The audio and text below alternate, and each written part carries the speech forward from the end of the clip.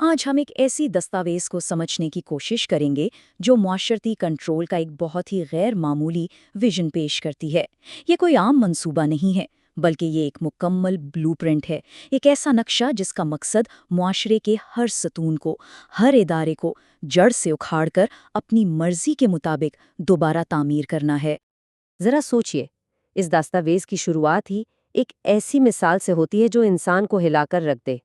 یہاں بات صرف حکومت کرنے کی نہیں ہو رہی، بلکہ معاشرے کی ہر ایک حرکت، ہر ایک نفس پر مکمل گرفت کا تصور پیش کیا جا رہا ہے۔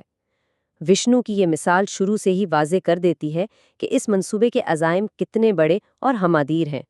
لیکن سوال یہ پیدا ہوتا ہے کہ اتنا بڑا کنٹرول آخر حاصل کیسے کیا جائے گا؟ تو یہ منصوبہ 3 بنیادی ستونوں پر کھڑا ہے۔ آئیے دیکھتے ہیں کہ اس کا پہلا قدم کیا ہے، جو سیدھا قانونی پیشے کی آزادی پر حملہ کرتا ہے۔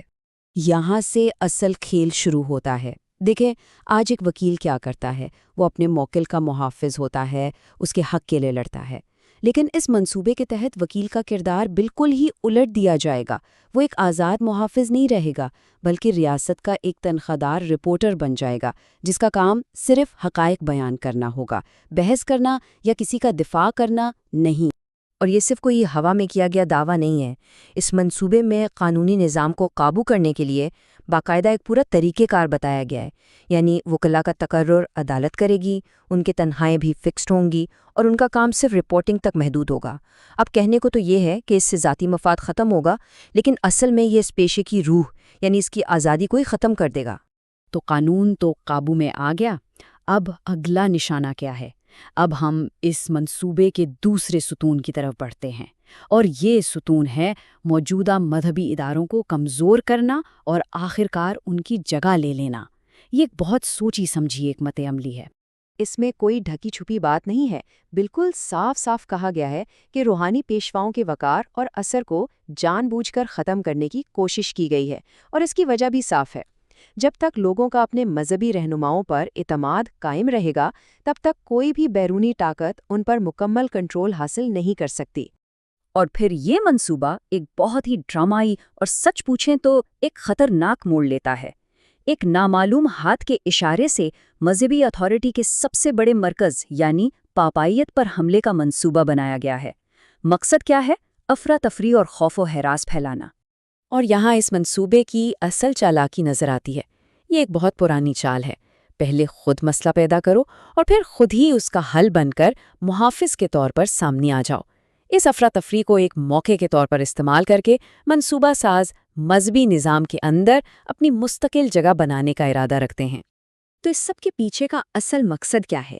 منصوبے کا ہدف صرف موجودہ نظام کو ختم کرنا نہیں، بلکہ اس کی جگہ ایک نئی، واحد عالمی مذہبی اتھارٹی قائم کرنا ہے، جس کی سربراہی صرف ایک شخص کے پاس ہوگی۔ اچھا، تو قانون بھی کنٹرول میں اور مذہب بھی۔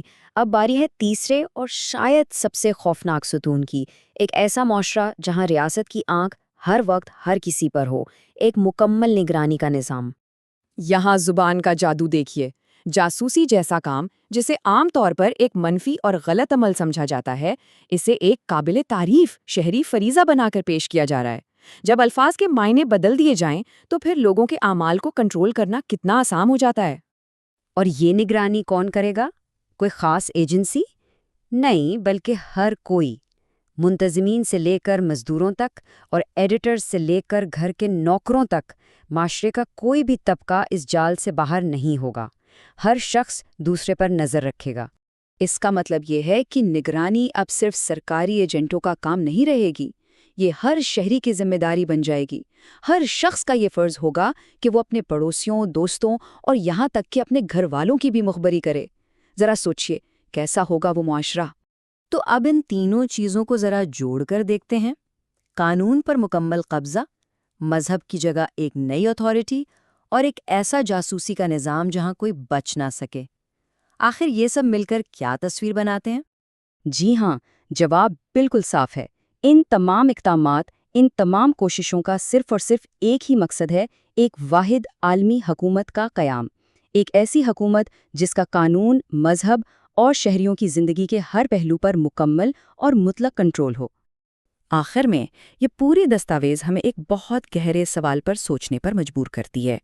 جب کوئی منصوبہ اس حد تک کنٹرول حاصل کرنے کی کوشش کرتا ہے تو یہ ہمیں خود طاقت کی فطرت کے بارے میں کیا بتاتا ہے؟